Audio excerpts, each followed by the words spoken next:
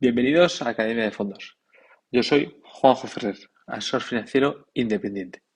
Si quieres definir un proceso de inversión, si quieres mejorar tu toma de decisiones a la hora de invertir, si quieres una herramienta para seguir tus inversiones y los movimientos que haces en cartera, o si quieres saber cómo y cuándo rebalancear tu cartera, en definitiva, si quieres gestionar tu dinero como los mejores profesionales, ponte en contacto conmigo para trabajar juntos.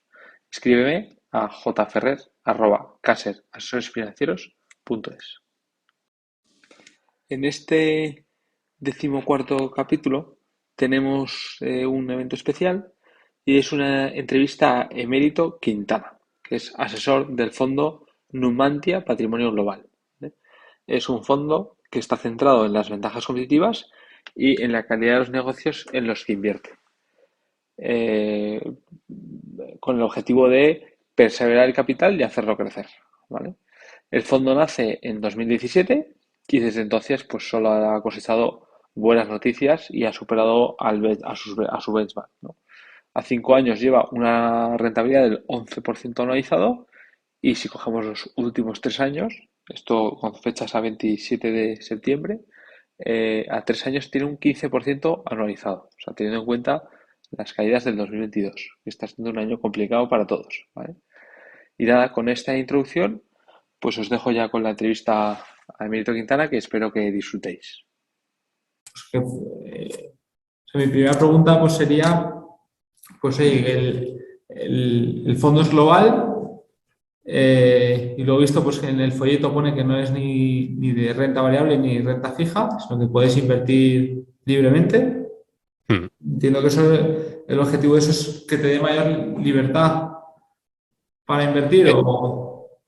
Eso es, cuando lo creamos yo quería tener la mayor libertad posible, la mayor flexibilidad posible, porque la idea es siempre la misma, proteger y hacer crecer el patrimonio, pero no quería yo verme en una situación dentro de 5, 10, 20 años en la que para conseguir el objetivo pues tengo que tener X porcentaje en renta fija o encuentro bonos interesantes y sin embargo el tipo de fondo me exige tener un 70% mínimo en acciones, por ejemplo. Mi primera pregunta pues sería, pues oye, el fondo es global, y lo he visto pues que en el folleto pone que no es ni de renta variable ni renta fija, sino que puedes invertir libremente. Hmm. Entiendo que el objetivo de eso es que te dé mayor libertad para invertir Eh, o... Eso es, cuando lo creamos yo quería tener la mayor libertad posible, la mayor flexibilidad posible, porque la idea es siempre la misma, proteger y hacer crecer el patrimonio, pero no quería yo verme en una situación dentro de 5, 10, 20 años en la que para conseguir el objetivo pues tengo que tener X porcentaje en renta fija o encuentro bonos interesantes y sin embargo el tipo de fondo me exige tener un 70% mínimo en acciones, por ejemplo. Pues no quería, o sea, yo estoy muy sesgado a las acciones, ¿no? Porque queremos ser dueños de unas pocas empresas que entendamos bien, pero a veces en esas mismas empresas, en la estructura de capital, pues hay preferentes interesantes, hay bonos interesantes o oportunidades que sean, puede que en un momento sea muy atractiva la renta fija y que las acciones estén muy caras y que no encuentro oportunidades, por ejemplo. No me Claro, quería cerrar, así que por eso el fondo es global y por eso es mixto. eso está bien. Luego, geográficamente, yo he visto la cartera, sobre todo creo que es Estados Unidos, y Europa. Mm. ¿Tienes algo vetado a algunos países o...? No, a ver, en realidad, o sea, no busco porcentajes por países. Digamos que mi investigación me lleva a unas empresas y al final queda como quede. Hay empresas además que están listadas en Estados Unidos, en Canadá o en Europa, pero son empresas multinacionales, globales. Y tampoco me pongo a hacer el porcentaje por facturación, ¿no? O por dónde están sus activos. Pero hombre, al final las empresas de calidad y que estén bien gestionadas y que haya un mínimo de respeto a la propiedad privada y estabilidad jurídica y tal, pues te lleva siempre a algunos países, ¿no? Pues te quedas un poco más tranquilo en Estados Unidos, en Canadá, en Europa, en menor medida, pero en Europa también. Pero bueno, a veces encuentras oportunidades interesantes en Latinoamérica y en China y tal, pero es más difícil, sí, es menos estable, digamos. Entonces, hemos tenido cosillas, pero hay menos. Ves menos Eh, oportunidades, vamos, a ver, hemos tenido ¿no? alguna embotelladora de Coca-Cola en México o cosillas en Latinoamérica. Hemos tenido McDonald's por distintos países de Sudamérica. Hemos tenido empresas en China y ahora no tenemos. Porque claro, como hay empresas de calidad en Estados Unidos y en Europa a buenos precios, no tiene sentido tener cosas más arriesgadas Sí, si con claro. lo que hay ahora a este precio ya consigo el objetivo que quiero. Entonces, digamos Estoy que totalmente de en el acuerdo. último año, pues cosas más arriesgadas o menos claras las he quitado, sí. Y luego, ¿cómo definirías tu proceso de inversión? Eso, una cosa es eso, y luego, o sea, cuando empiezas a estudiar una empresa, o sea, ¿cómo empieza ese proceso de inversión? Si haces unos primeros filtros, porque al final aquí el problema es el tiempo. Hay más de 40.000 empresas que cotizan en bolsa. Mm. Pues, ¿cómo llegas a decir, llego a las que a mí me interesan y a conocerlas en profundidad? Y a ver, al final es exponerte a mucha información y ya saber a lo que te expones y buscar los patrones que te gustan. O sea, si ya estás leyendo siempre cartas de fondos de gestores que sabes que están buscando lo mismo que tú, o tienes una lista de gente con la que hablas o la que lees que está buscando lo mismo que tú y demás, pues al final encuentras cosillas interesantes. Y normalmente son cosas más cualitativas, pues alguien que menciona que una empresa, los directivos están recomprando acciones con su propio dinero, por ejemplo, o que veo algo oportunista o valiente así en la asignación de capital, o veo, no sé, un análisis o un estudio sobre las ventajas de una empresa que es competidora de la que tengo o que estoy vigilando. Y bueno, es lo que tú dices, no puedes estar a todo, pero si te No, fijas en ese 1% de empresas sí, que requieren menos vigilancia, ¿no? Que a lo largo de 10 años lo más probable es que valgan más y que hay gente sensata detrás gestionándolas, pues ya afinas el tiro, ¿no? claro, claro, pues sí, totalmente. Y luego de esto, o sea, una vez ya tienes el tiro, ¿cómo es el proceso de valoración? O sea, ¿en qué te fijas? ¿Cuáles son los puntos clave? O sea, no Hmm. sé si en tu caso pues Eso, sigues unas reglas de oro como Sailor o como Fansmith. No sé si, pues eso, ¿en qué te fijas más? Vamos. en realidad no. Cuando ya cuando ya encuentro una empresa que me gusta y que la entiendo y que entiendo sus activos, sus ventajas, que ya conozco un poco a los directivos, pues digamos que la valoración es el final y si ya está infravalorada, pues según la convicción que tenga y la rentabilidad esperada, pues así ordeno el fondo y la incluyo o no la incluyo, porque todas compiten entre sí. Pero suele ser al final, por eso lo que tú decías de investigar pocas, ¿no? Hay cosas que en 5 minutos puedes saber si te va a seguir interesando o no, pero otras necesitas más tiempo. Y si yo dejo la valoración para el final y las valoraciones al final no salen atractivas, pues pierdes tiempo, ¿no? Pero yo creo que es el orden correcto. Y cuando llego a ese punto, pues es que entiendes ya también la empresa, que lo primero que puedes hacer es interpretar la contabilidad bien. Si entiendes por qué la empresa está haciendo lo que está haciendo, cuál es la estrategia, si están sembrando para el futuro o están ya ordeñando y recogiendo, pues sabes por qué la contabilidad es como es. Y ya te has visto algunas transcripciones de resultados trimestrales y los directivos comentan, pues eso, las principales partidas y por qué si hay distorsiones contables, por qué son, y entiendes un poco más a nivel empresarial cuál es la realidad. Y entonces ya la valoración te ha llevado trabajo llegar hasta ahí, pero es lo más fácil. Por ejemplo, después de estar meses investigando FRP Holdings, que es la tercera mayor posición del fondo, pues cuando llegas al final y has hablado con tanta gente, pues es muy fácil ir cogiendo los edificios y valorar los edificios, los apartamentos alquilados, las canteras con los royalties y el efectivo. Pues puedes empezar por ahí, ¿no? Y decir si más o menos te cuadra, pero sin entender la empresa es peligroso porque puedes ver, no sé, un múltiplo sobre beneficios altísimo y descartarla cuando no tendrías por qué, o cometer otros errores. Así, por definición, lo primero sería analizar el negocio y el equipo directivo, sus ventajas Claro, competitivas, sus primero es debilidades. aprender.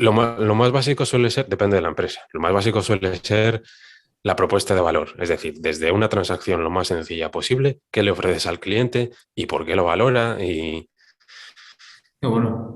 pues eso, una transacción lo más sencilla, yo qué sé, un usuario de Spotify, por ejemplo, Claro, ¿y y qué gusta, desde no? ahí ya vas tirando del hilo. Perfecto. Perfecto. Y luego, otra cosa que me ha gustado también que has dicho, que has comentado, es que las empresas compiten entre sí. Entonces, ¿cómo asignas el Sí. potencial? O sea, no, ¿cómo asignas el peso en la cartera? O sea, ¿por qué una pesa un 7, otra un 3 y otra un 1,5? Claro, al final todas las ideas de inversión compiten por formar parte de una cartera más o menos concentrada, porque en el fondo hay límites de diversificación, pero el 50% del fondo, medio fondo, suelen ser las 10, 12 primeras posiciones, ¿no? Y no suele haber más de 30 en Claro. total, porque ya más de 30, la cantidad de tiempo que hace falta para vigilarlas no compensa tener pesos tan pequeños, no va a marcar la diferencia, sobre todo con respecto a las principales posiciones. Entonces, ¿por qué las primeras son las primeras? Porque tienen la mejor combinación de convicción y de rentabilidad esperada. Si hay una empresa que yo me quedo tranquilo de que es segura, ya la he estudiado durante mucho tiempo y no me va a sorprender gran cosa. Y, y además, pues tengo bastante afinada la estimación de rentabilidad y va a salir un 12% anual compuesto los próximos 10 años, o un 14%. O a veces es difuso, ¿no? Entre 8 y un 12 es lo más probable, ¿no?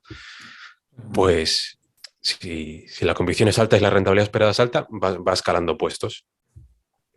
Y por Bueno, eso normalmente las posiciones pequeñas se mueven más. Las que tengo un 1, un 2% y tal, pues voy aprendiendo sobre ellas, las añado. Si voy ganando convicción, van escalando en puestos. Y si por lo que sea sigo aprendiendo y no me queda más claro, o hay alternativas mejores, pues las quito, ¿no? Que a veces la gente dice, jolín, compraste esto y a los 4 meses lo vendiste. Sí, pero es el proceso así. a mí eso, igual que yo sepa, en Numantia estás tú solo como gestor.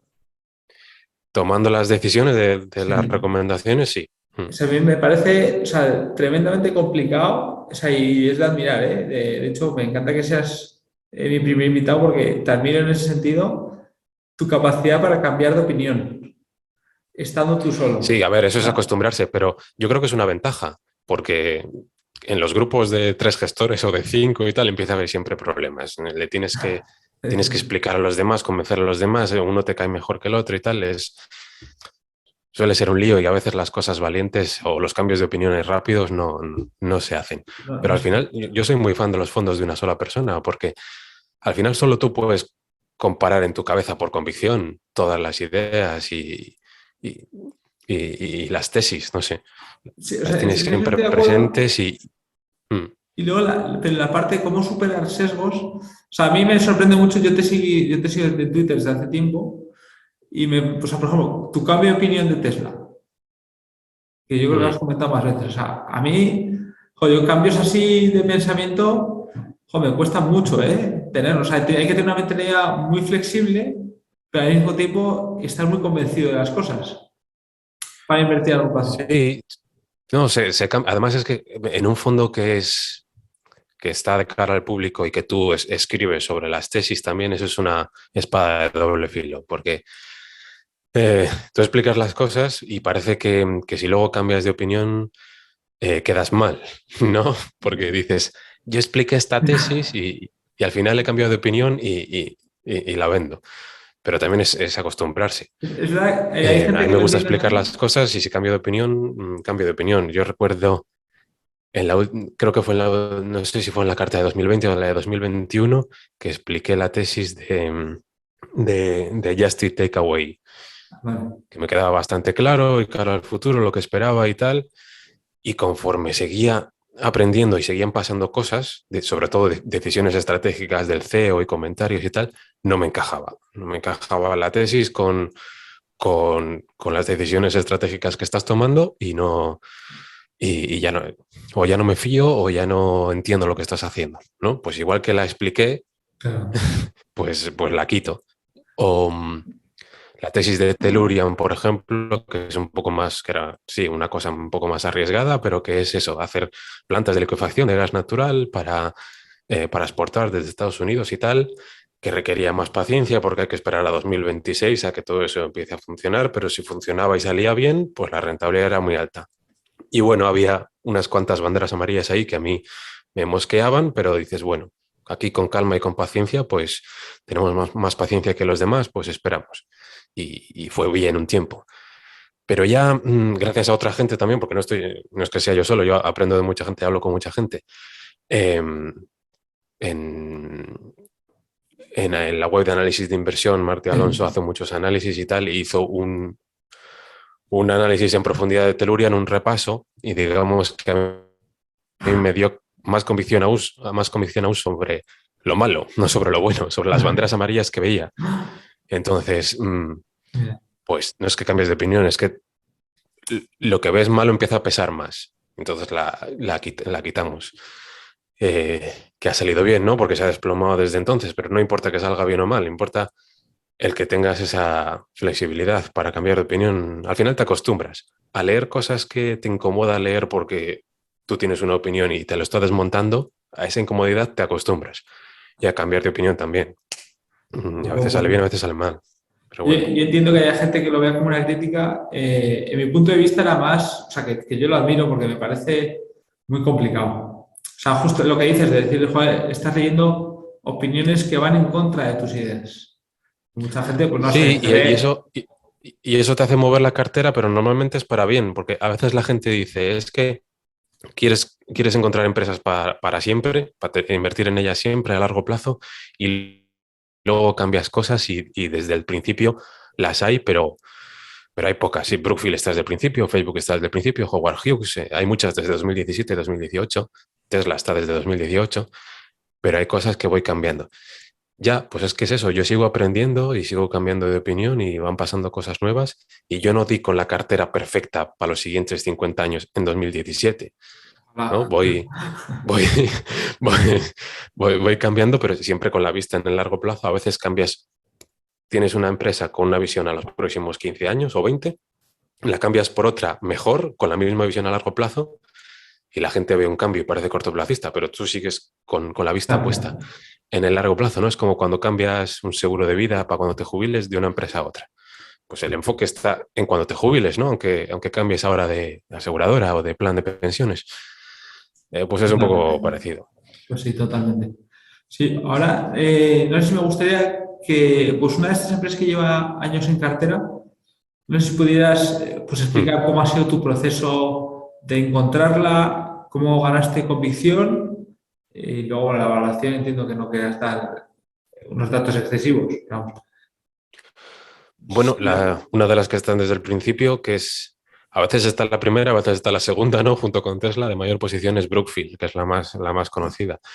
En algunas cartas explico más, en otras menos, pero es que es una empresa un poco compleja, ¿no? Y grande. Y esa la descubrí en 2016 porque, eh, ¿cómo se llamaba?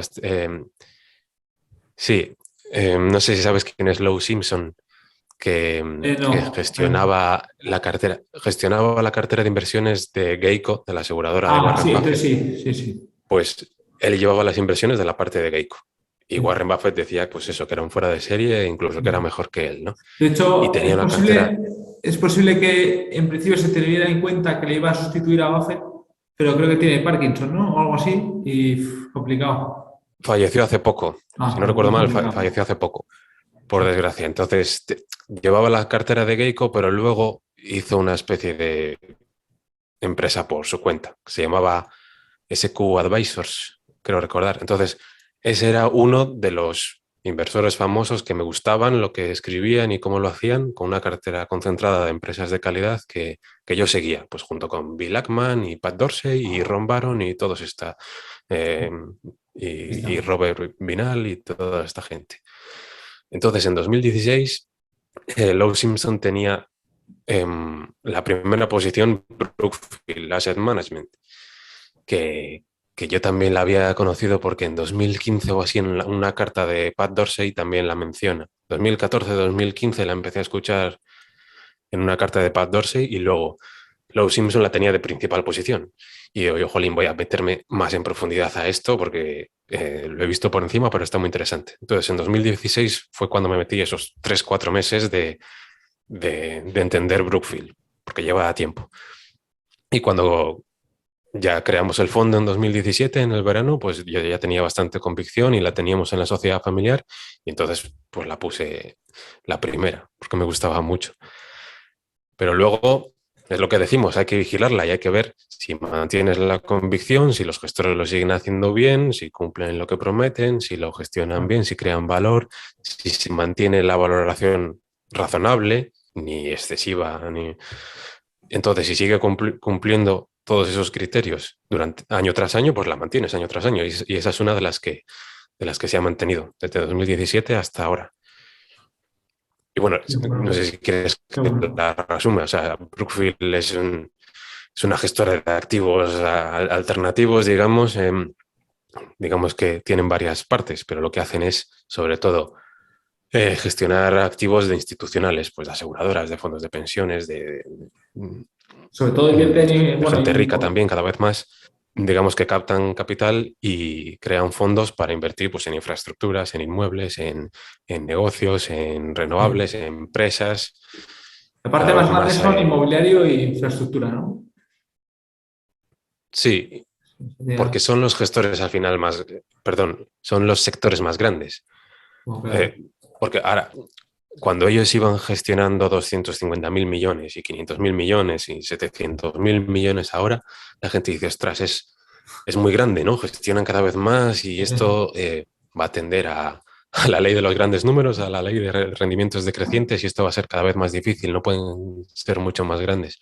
Pero estás hablando de los sectores más grandes del mundo, infraestructuras y Sí, inmuebles. Y totalmente. cuando estudias sobre ello y ves la necesidad de inversión privada en infraestructuras, por ejemplo, tanto en los países en desarrollo como en los países desarrollados de aquí a 2040, y ves que es que son trillones de dólares al año necesarios, dices con que estos se lleven una pequeña parte del pastel, sabiendo lo que hacen, es Sí. suficiente para seguir creciendo en activos bajo gestión. El sector inmobiliario a nivel mundial también es gigantesco. Entonces, al final la matriz de gestión de activos es asset light, digamos, no necesitas mucho, necesitas gente inteligente que busque acuerdos eh, y que sepa lo que hace y gente también a nivel operativo que conozca los activos, porque la diferencia de Brookfield con el resto quizá es que el resto de gestoras de activos alternativos venían de la parte más financiera y estos vienen de la parte más empresarial, operativa. Estos gestionaban lo suyo, pues las presas en Brasil y telecomunicaciones y redes eléctricas en Canadá. De hecho, la empresa antes se llamaba Brascan, de Brasil y Canadá. Bueno, la historia es interesante. Pero Si después de quieres la parte contarla, operativa de cuéntala, ser ¿eh? como un holding tipo Warren Buffett, pasaron a gestionar lo de los demás. Oye, pues para comprar esta presa nosotros ponemos 1.000 millones y vosotros, una aseguradora, otros 1.000 y vosotros otros tal. Y os cobramos comisiones por ello. Entonces esas Bueno, comisiones son de alto margen, digamos. Y cuanto más crecen, en realidad más ventaja tienes, porque hay tratos que no podían hacer antes y ahora sí. Lo último que han hecho con Intel oye, invertimos 16.000 millones con vosotros para hacer fábricas de chips en Arizona. Pues eso claro, lo puede hacer Brookfield y pocos más, ¿no? De firmar claro. 16.000 millones. Así. Totalmente. Pues muy buena idea. Me gusta mucho. Otra que lleva mucho tiempo, yo conozco menos, no sé si puedes contar un poco más también la historia del negocio, a qué se dedica, es Howard Hughes. Sí, Howard Hughes Corp, sí, además es una empresa interesante que el, el presidente es Bill Ackman, que igual poca gente lo sabe, pero y además uno de los directivos que lleva la parte de inmobiliaria trabajó en Brookfield, en la parte inmobiliaria Mm. de Brookfield, a mí me gusta. Pero bueno, lo de Howard Hughes es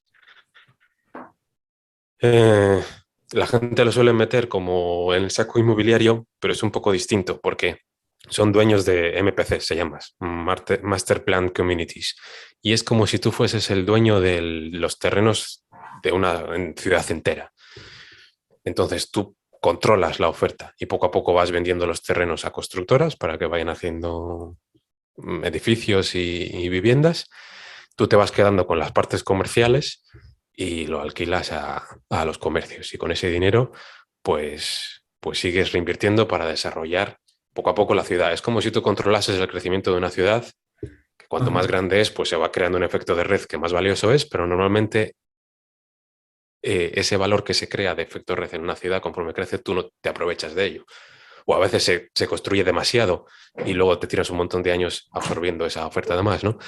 Tú aquí eres el dueño del proceso, controlas el proceso. Y además están en las zonas más interesantes de Estados Unidos. Ya estar en Estados Unidos es bueno, pero si encima estás en los estados donde está yéndose la gente a vivir y Claro. demás, pues puedes crear mucho valor durante décadas, porque tienen décadas por delante si quieren de desarrollo inmobiliario.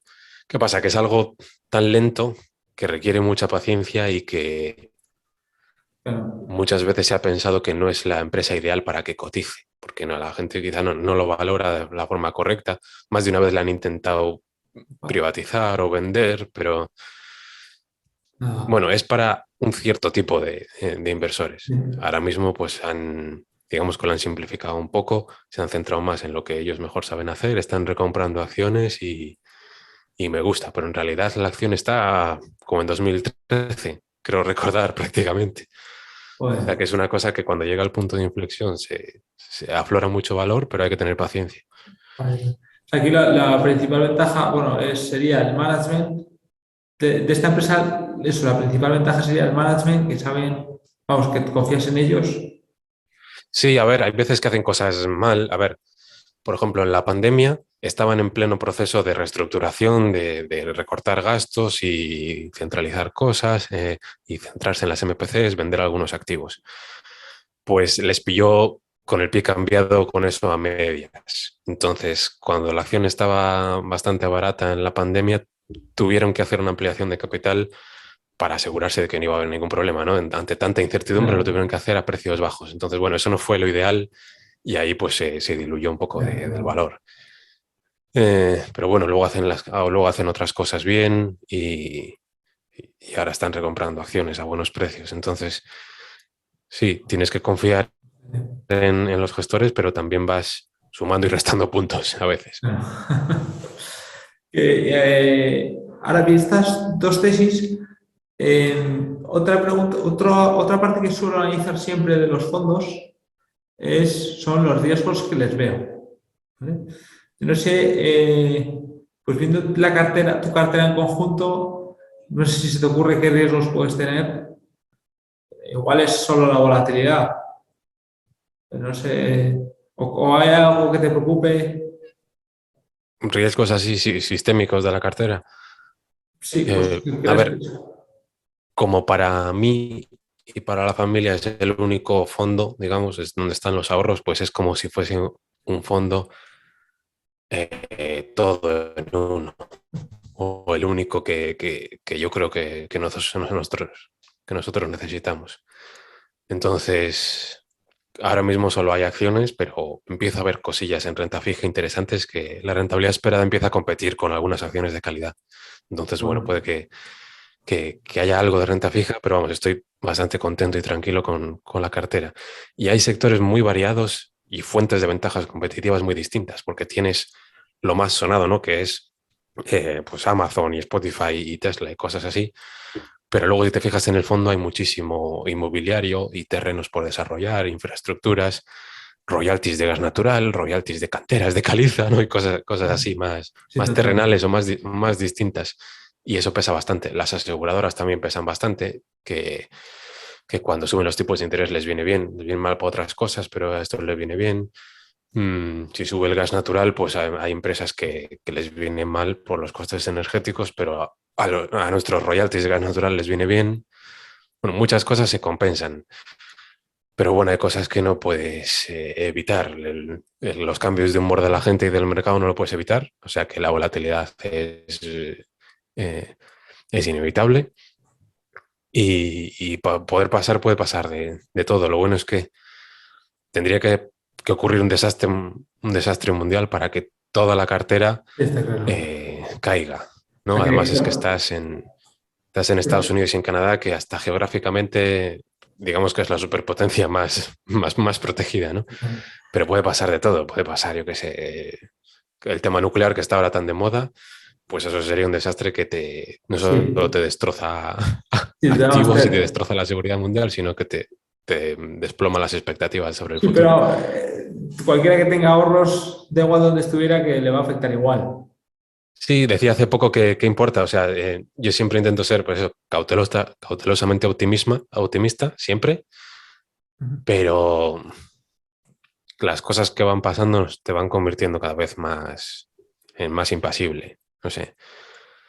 No es que no te importen los peligros y las incertidumbres, sino que las relativizas más.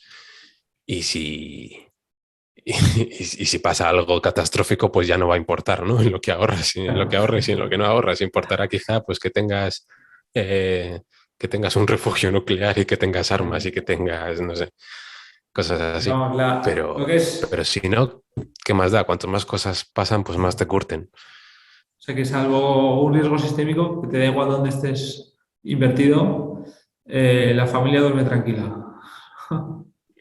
Sí, a ver, de las cosas seguras y las empresas de calidad que han estado tan caras últimamente, que eran como casi sustitutos de bonos, yo intenté huir porque estaban tan caros como Sí. la deuda pública, ¿no? Yo no invertía en bonos ni para diversificar ni para nada porque no tenía ningún sentido los tipos de interés negativos y los precios en los que estaban. Y de esas empresas de calidad más obvias y más sustitutos de bonos, pues también he huido. Pero al final, si suben los tipos de interés, es como gravedad para todo, ¿no? Si te compensan las aseguradoras y alguna cosa más, y la liquidez de las empresas, pues empieza a rentar más, ¿no? O sea, el dinero que tiene Google, que le daban un cero en el banco, pues ahora le darán algo por los depósitos, o lo que tiene FRP Holdings, por ejemplo, un tercio de la capitalización es liquidez, son 160 millones. Ellos son muy conservadores donde van poniendo el dinero y siempre tienen de sobra, pero bueno, ahora también les rentará algo. Sí. Y bueno, las aseguradoras, en Fairfax Financial, por ejemplo, que es la aseguradora que tenemos que tiene la cartera de renta fija de menor duración, de 1 o 2 años, todos los bonos que les van venciendo los van reinvirtiendo a rentabilidades más altas y caen menos de valor los bonos de menor duración. Y creo que a finales de 2021, por ejemplo, lo que ganaban ellos en intereses, cupones y dividendos eran unos 530 millones anualizados y a Joder. cierre de junio ya eran 950 millones por esa reinversión, ¿no? Porque Claro, me van claro. dando los bancos más, voy reinvirtiendo los bonos en bonos con cupones más altos y seguramente al cierre de septiembre pues será todavía más. O sea que les viene bien. Pero Sí. bueno, sí que es verdad que, que es una fuerza hacia abajo la subida de tipos de interés. Y la incertidumbre sobre tipos futuros, sobre inflación futura, no es tanto el Claro. nivel de inflación y de tipos, sino la incertidumbre sobre el futuro. Pues sí. Pues muchísimas gracias, Emérito. Yo creo, vamos, mis preguntas a nivel del fondo sería esto, así sería todo.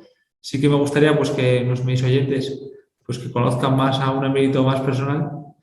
Entonces, nada, entonces te voy a hacer algunas preguntas así más rápidas, ¿vale? Vale. ¿Desde dónde gestionas el fondo? Desde Santander. ¿Un ídolo? Un ídolo. Uf, esa igual es difícil para hacerlo rápido. No lo sé. Nick Sleep. Sí. ¿Quién es? Perdona, pero no lo conozco. Sí, Nick Sleep gestionaba un fondo. Él puedes leer sus cartas de Nomad Partners.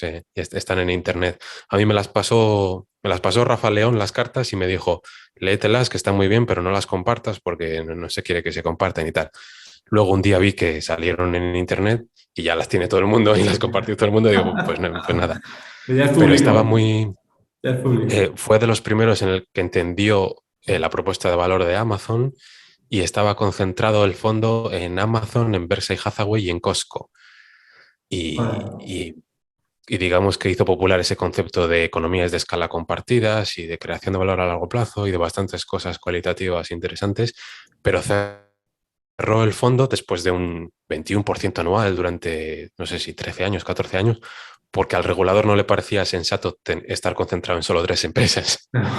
Entonces, bueno, consiguió mucha rentabilidad, hizo lo suyo, cerró el fondo, creó una fundación y sigue teniendo es en así. la cartera de la fundación Costco, Amazon y Berkshire Hathaway. Ah, vaya Y no crack. es que cerrase el fondo y dejase a los inversores sin nada que hacer, les dijo, os recomiendo invertir en esto a largo plazo. Ah, Os dejo estas instrucciones y cierro el fondo. ya está. Y bueno, merecen la pena las Pues cartas. sí, nada, yo me las leeré. Y si tengo que hacer algún podcast sobre ellas, pues lo haré. Vamos. Y esto sería todo por este capítulo, ¿vale? Por la parte del fondo Numantia Patrimonio Global, que es invertible a través de casas de asesores financieros. Y si bien es cierto, pues esto no es una recomendación de inversión y que pues cada uno tiene que valorar con un asesor financiero independiente, pues si este fondo le encaja en su cartera. Recuerda que la persona que sabe gastar y ahorrar es más feliz, porque disfruta con ambas cosas.